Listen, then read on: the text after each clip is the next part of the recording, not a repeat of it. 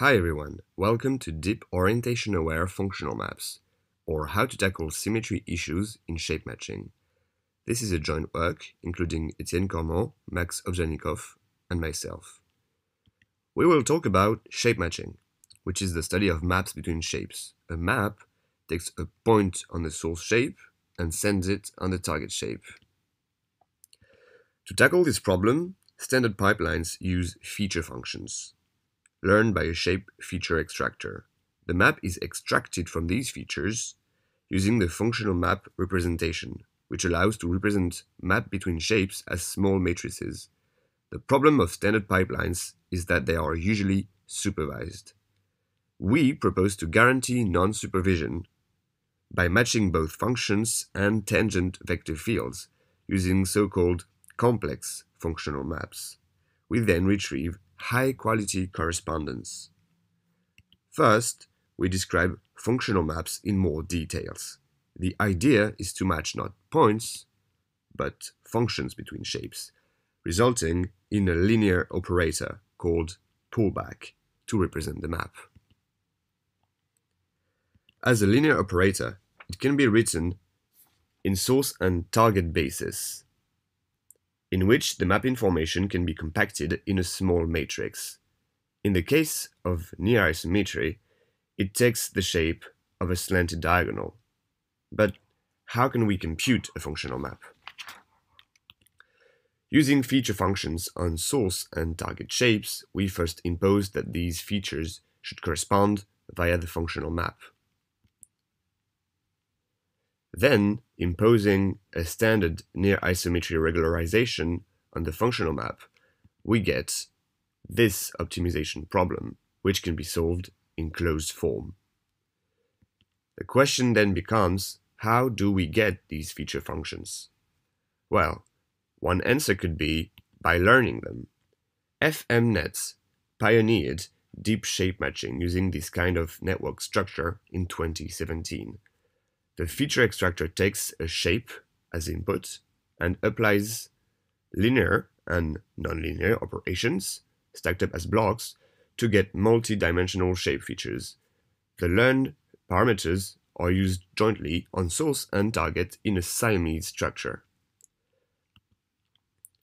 The functional map is estimated from these learned features, as established earlier, without breaking the gradients, as it is a fully differentiable process. A loss is then imposed on the resulting map, for instance, a simple distance to a ground truth map in a supervised setting. The gradients are then backpropagated to update the network parameters. Yet, the supervised setting has several disadvantages. First, ground truth maps must be obtained for all training pairs, which is not the case for every dataset and limits training possibilities. Supervision can also lead to more overfitting. This is why we want to perform unsupervised deep shape matching instead. As mentioned in the introduction, this is not trivial, as several map candidates are equally near isometric from the intrinsic point of view of functional maps. How can we rule out this left-right symmetry while remaining unsupervised?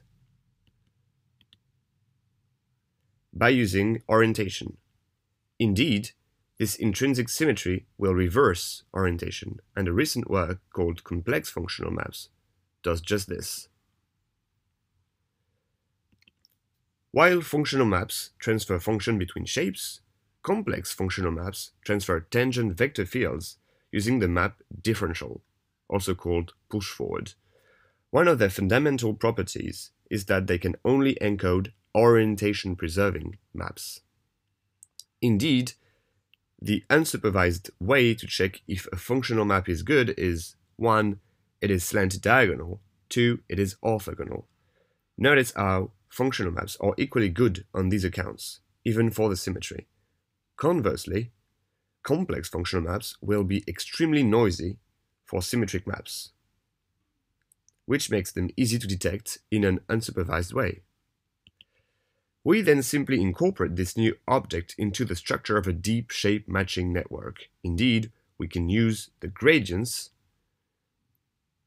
of the features learned by our feature extractor, diffusion nets. These gradients are tangent vector fields and thus can be used to estimate a complex functional map. Losses are then imposed on these two small matrices. Since the map computation step already produces slanted diagonals, see the paper for more details, we only need to ensure the maps are orthogonal, hence our unsupervised loss, which is fast and easy to compute. On this quantitative results, we see that our approach is robust to strong non-isometries as we obtain high-quality correspondence on small and animal datasets. Notice this dataset only contains a few training shapes. Our network produces maps with around 5 times less geodesic error compared to previous baselines.